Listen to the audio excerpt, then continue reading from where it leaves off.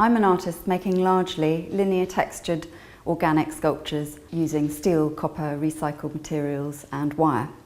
I also teach these skills to the wider community to inspire them. Nature has always inspired me. I love it.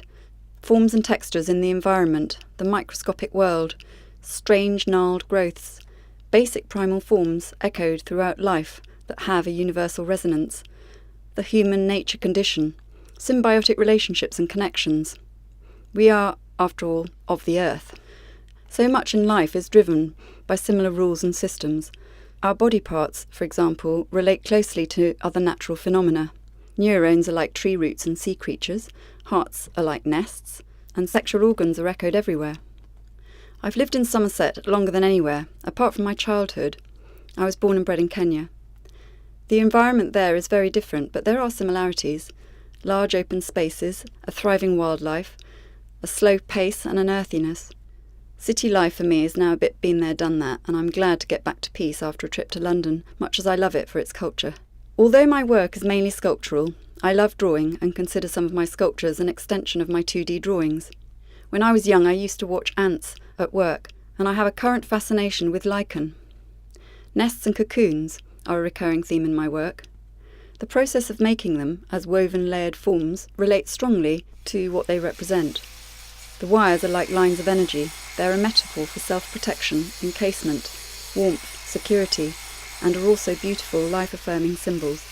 I taught in secondary schools for several years, but now focus more on my own art, whilst also teaching and running workshops on a very part-time freelance basis. I co-founded the Scriptors Group a couple of years ago, and we installed a successful narrative sculpture trail at Stourhead National Trust Estate. It took nearly a year of prep to create the pieces. I have since left that group and have some interesting work ahead, one being the Abundance Commission through Somerset Artworks and the NGS. This is a site-specific garden trail of contemporary artwork set in allocated gardens throughout Somerset. Last year I was selected as a Green Capital Artist in Residence in Bristol for Big Green Week and installed some giant floating diatoms in the harbour by the Arnolfini.